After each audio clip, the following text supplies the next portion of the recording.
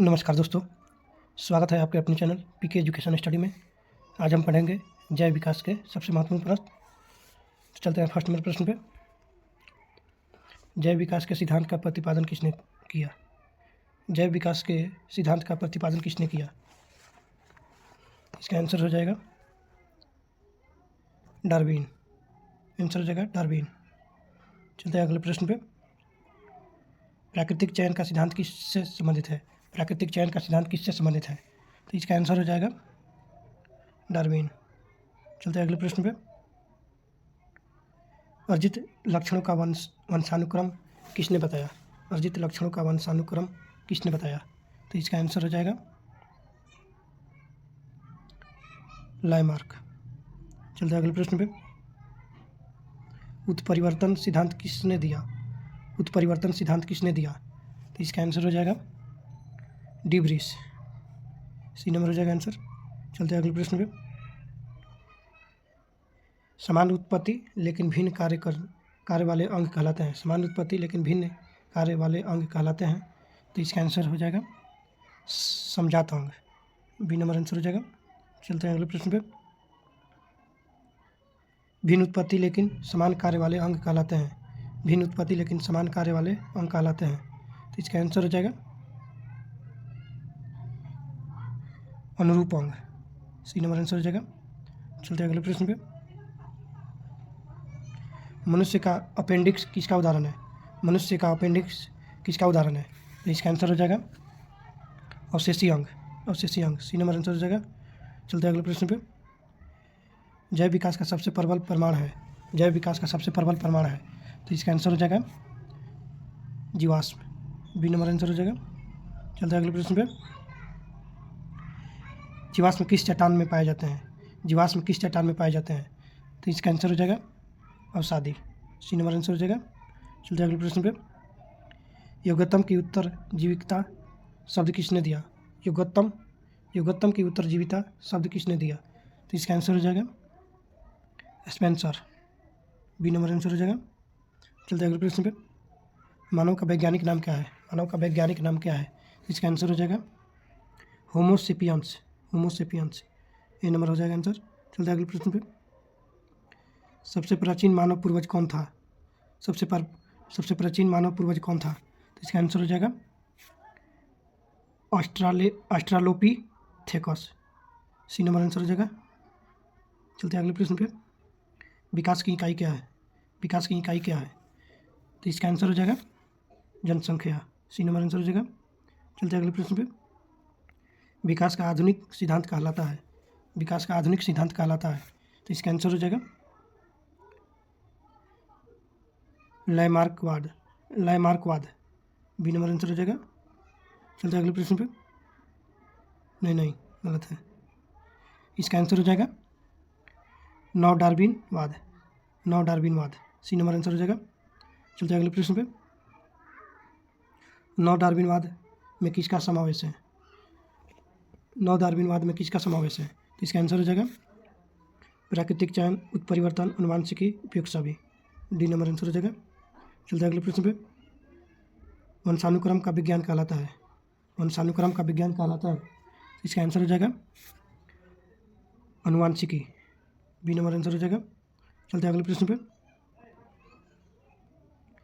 विकास की प्रक्रिया में अचानक परिवर्तन कहलाता है। विकास की प्रक्रिया में अचानक परिवर्तन कहलाता है। तो इसका आंसर हो जाएगा उत्परिवर्तन। बी नंबर आंसर हो जाएगा। चलते हैं अगले प्रश्न पे। अनुरूप अंग किसका प्रमाण है? अनुरूप अंग किसका प्रमाण है? तो इसका आंसर हो जाएगा समानाकार। बी नंबर आंसर हो जाएगा। चलते हैं अगले प्रश्न पे। समझात अंग किसका प्रमाण है? समझात अंग किसका प्रमाण है? तो इसका आंसर हो जाएगा समान उत्पत्ति। बी नंबर आंसर हो जाएगा। चलते हैं अगले प्रश्न पे। जीवों के भ्रूणीय विकास की समानता किसका प्रमाण है? जीवों के भ्रूणीय विकास की समानता किसका प्रमाण है? तो इसका आंसर हो जाएगा भ्रूणिकी। ए नंबर आंसर हो जाएगा। चलते हैं अगले प्रश्न पे। डार्विन ने अपनी पुस्तक ओरिजिन ऑफ स्पीसीज को प्रकाशित किया। तो इसका आंसर हो जाएगा 1859 में। ए नंबर आंसर हो जाएगा। चलते हैं अगले प्रश्न पे। जैव विकास में जैव विकास में भौगोलिक पृथक्करण का अर्थ है। जैव विकास में भौगोलिक पृथक्करण का अर्थ है, तो इसका आंसर हो जाएगा जनसंख्या का अलग अलग होना। बी नंबर आंसर हो जाएगा। चलते हैं अगले प्रश्न पे। कौन सा अंग मानव में कार्यशील नहीं है? कौन सा अंग मानव में कार्यशील नहीं है? तो इसका आंसर हो जाएगा appendix. Appendix C number answer हो जाएगा। चलते हैं अगले प्रश्न पे। निएंडरथल मानव कहाँ पाया जाता है? निएंडरथल मानव कहाँ पाया जाता है? तो इसका आंसर हो जाएगा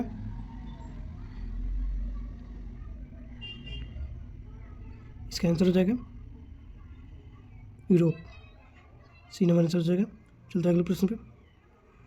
क्रो मैग्नन मानव किस युग से संबंधित है? क्रो मैग्नन मानव किस युग से संबंधित है? तो इसका आंसर हो जाएगा पूरा पाषाण। सी नंबर आंसर हो जाएगा। चलते हैं अगले प्रश्न पे। कौन सा प्रमाण जैव विकास का प्रत्यक्ष प्रमाण है? कौन सा प्रमाण जैव विकास का प्रत्यक्ष प्रमाण है?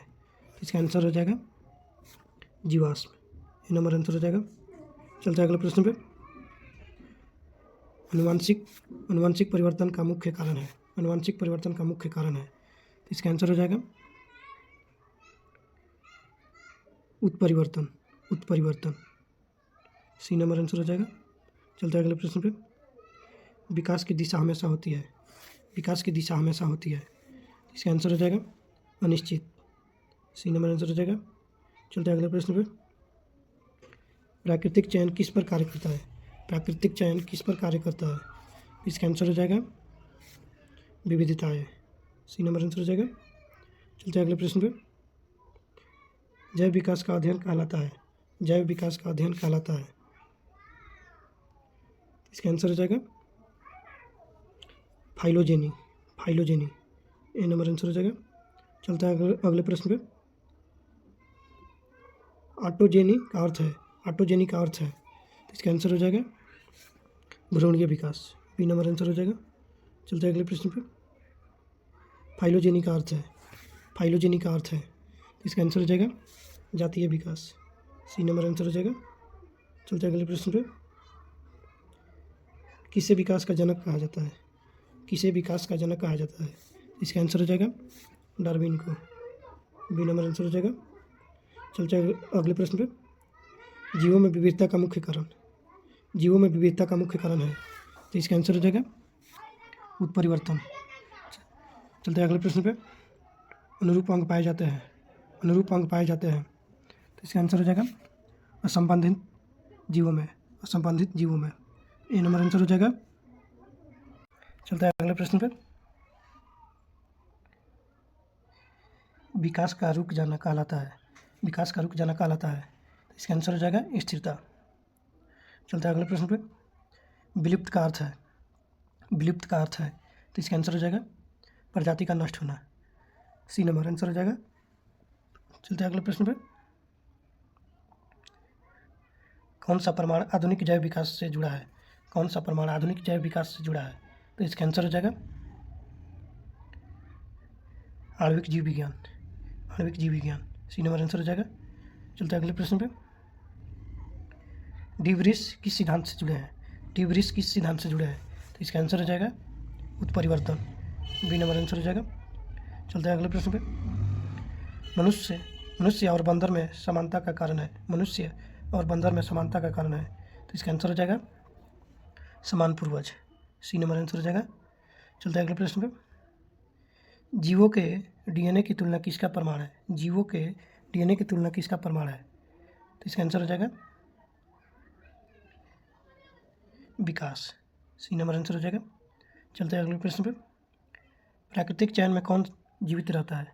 प्राकृतिक चयन में कौन जीवित रहता है? तो इसका आंसर हो जाएगा योग्य। सी नंबर आंसर हो जाएगा। चलते हैं अगले प्रश्न पे। विकास की प्रक्रिया सबसे अधिक प्रभावित होती है। विकास की प्रक्रिया सबसे अधिक प्रभावित होती है, तो इसका आंसर हो जाएगा वातावरण से। वातावरण से ए नंबर आंसर हो जाएगा। चलते हैं अगले प्रश्न पे। जैव विकास में प्रवासन का अर्थ है। जैव विकास में प्रवासन का अर्थ है, तो इसका आंसर हो जाएगा स्थान परिवर्तन। बी नंबर आंसर हो जाएगा। चलते हैं अगले प्रश्न पे।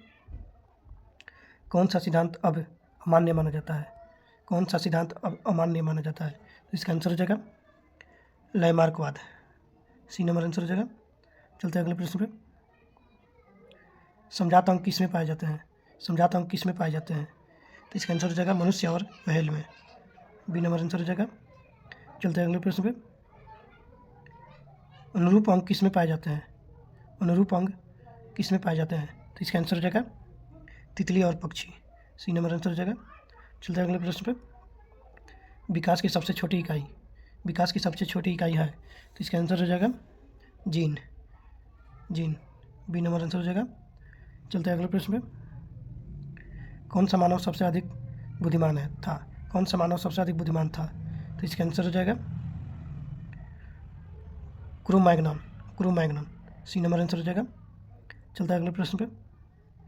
जैव विकास का अंतिम प्रमाण, जैव विकास का अंतिम प्रमाण है, तो इसका आंसर हो जाएगा नई प्रजाति। 50 प्रश्न का आंसर हो गया। इसके अगले क्लास में आएंगे अगले चैप्टर के साथ। जय हिंद, जय भारत।